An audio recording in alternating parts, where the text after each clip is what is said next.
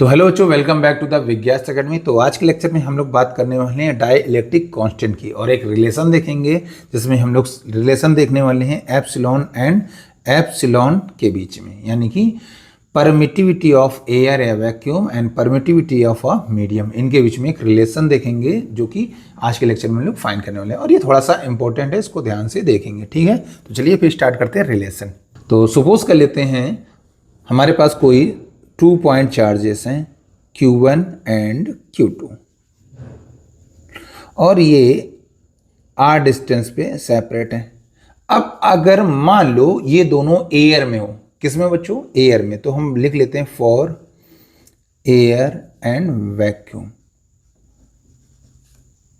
तो अगर ये दोनों चार्जेस किस में होंगे? एयर या वैक्यूम में होंगे, तो हमारे पास किसका यूज करेंगे भाई? कूलॉम्स लॉ यूज करेंगे। कूलॉम्स ने हमको बताया अगर कोई भी दो चार्ज आपको मिल जाए आर डिस्टेंस पे तो आप लगाएंगे Coulomb's law.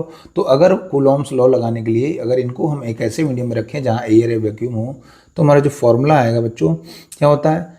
F E is equal to होता है 1/4 pi epsilon not Q1 Q2 upon R square. यहाँ नॉट आ जाएगा। ये होगा इक्वेशन फर्स्ट।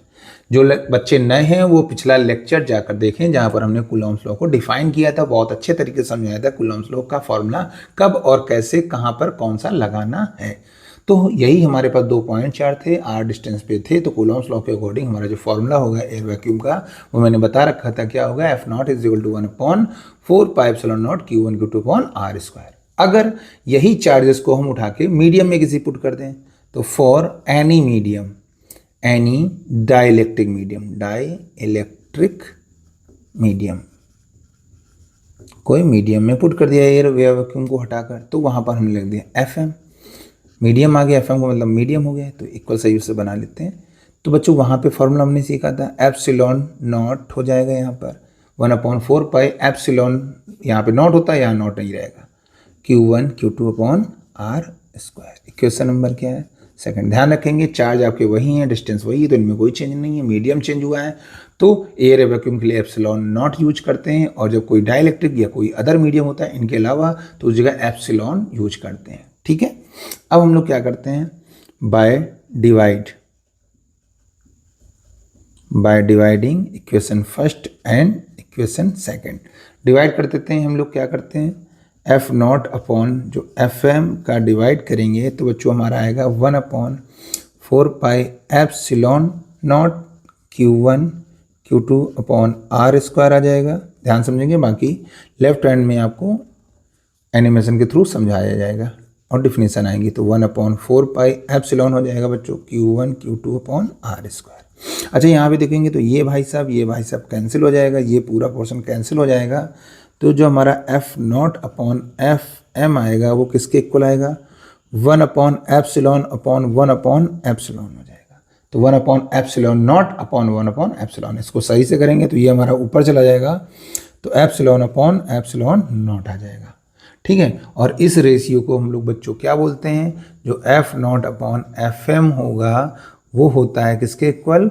डाइलेक्ट्रिक कांस्टेंट, या इसी को बोलते हैं हम लोग रिलेटिव परमिटिविटी। आर का मतलब रिलेटिव परमिटिविटी। ठीक है, और यहाँ पर उठा के हम पुट कर देंगे क्वेश्चन नंबर थर्ड में, तो यहाँ पे लिखेंगे बाय इक्वेशन थर्ड 1 2 3। ठीक है, तो इसको क्या करेंगे? यहाँ पर हम लोग रखेंगे क्वेश्चन नंबर थर्ड में, तो हो जाएगा K is equal to epsilon upon epsilon naught. तो ये आ गया डाइलेक्ट्रिक कांस्टेंट का फॉर्मूला, जिसमें हम लोग एक रिलेशन भी दे दिए हैं, जो रिलेशन है परमिटिविटी ऑफ अ मीडियम या परमिटिविटी ऑफ अ एयर या वैक्यूम बोल सकते हो। ठीक है, कोई दिक्कत कोई प्रॉब्लम? तो हमारे पास के का एक ये फॉर्मूला आ गया, या हम बोल सकते हैं E R is equal to होता है बच्चों एप्सिलॉन अपॉन एप्सिलॉन नॉट, या इसको बोल सकते हैं के इज इक्वल टू आता है एप्सिलॉन अपॉन एप्सिलॉन नॉट, या हम बोल सकते हैं के बराबर आता है बच्चों epsilon F not upon F M. तो ये फॉर्मूले आप जैसे चाहें वैसे यूज कर सकते हैं, कोई डाउट? No doubt. चलिए, अब अगर इसकी डिफिनीशन आती है बच्चों तो वो क्या आती है? तो डिफिनीशन अगर देखेंगे तो सीधी सी बोल सकते हैं डाइलेक्ट्रिक कांस्टेंट की डिफिनीशन क्या होगा? The ratio of permittivity of a dielectric medium and the permittivity of a air और vacuum is called dielectric constant. ठीक है, तो चलिए इसको पहले आप नोट कर लीजिए, बाकी फिर इसकी डिफिनीशन हम अगले लेक्चर में बता देते हैं।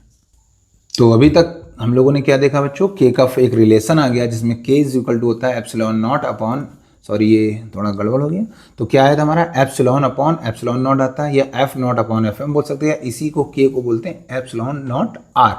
अब डिफिनेशन क्या आएगी, डिफिनेशन आपको लेफ्ट साइड में दिख जाएगी। तो क्या होता है, द रेशियो ऑफ इसको ध्यान से रखेंगे, इसको क्या बोलते हैं परमिटिविटी, तो इसको हम यहाँ पर लिख लेते हैं। तो ऊपर हो गया हमारा बच्चों क्या, परमिटिविटी